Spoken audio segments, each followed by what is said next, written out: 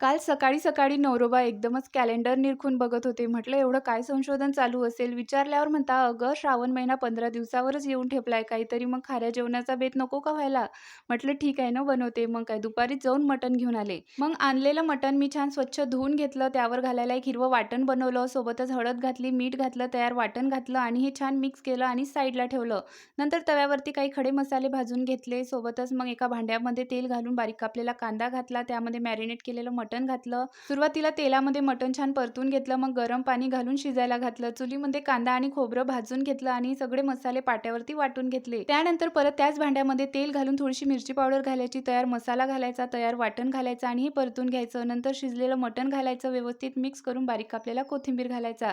तर मस्त चुलीवरचं झणझणीत सुक्कं मटण बनवून तयार आहे. या पद्धतीने बनवा. भाकरीसोबत खा, पोळीसोबत खा किंवा भातासोबत छानच लागते. सोबत लिंबू आणि कांदा. कांदा मात्र बुक्कीनेच फोडलेला असावा.